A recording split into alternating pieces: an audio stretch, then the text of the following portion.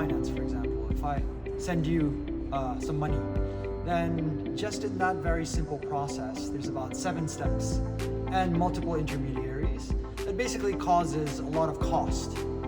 Now that cost can sometimes be offloaded to the person who's actually sending the money, but generally banks try to make money from other aspects of the customer, so it's absorbed by the bank.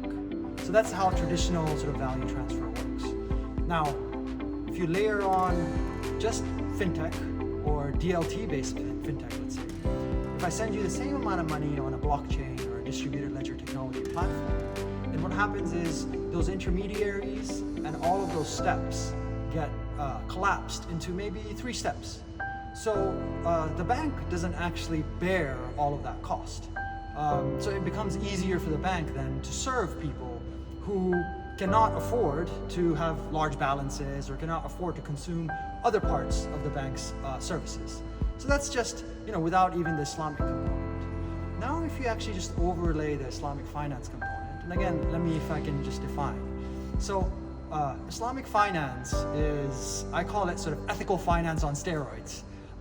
Because it really is, people think about it as interest isn't allowed, but it's much deeper than that. It's about sort of fairness, it's about reducing information asymmetry, it's about sort of leveling the playing field, it's about sharing profit and risk, it's about transparency, and a lot of these core concepts of Islamic finance / ethical finance are shared in blockchain.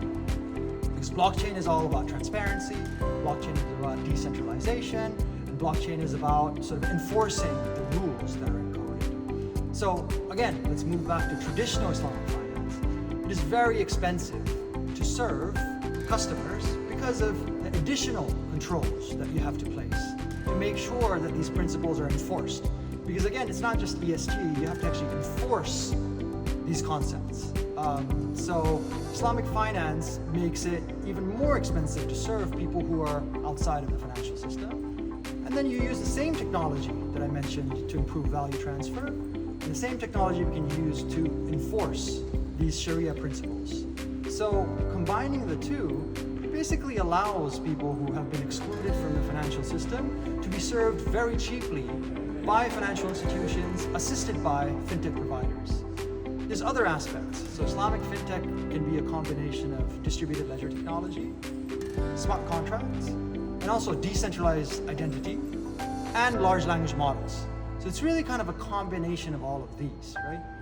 Decentralized ID, because people who are generally excluded from the financial system, they don't have an identity. So it's very difficult to verify if they are who they say. Especially in a world where you don't actually, everything can be done on the internet, mobile, it's very important to have a verifiable credential. So with the advent of decentralized identification, you can give identity to people if they have a mobile phone. So they don't need a bank account. And that allows the many people in the world, especially in sort of Muslim countries, in Pakistan, Bangladesh, in the MENA region, to be served very efficiently by, whether it's incumbents or fintech providers.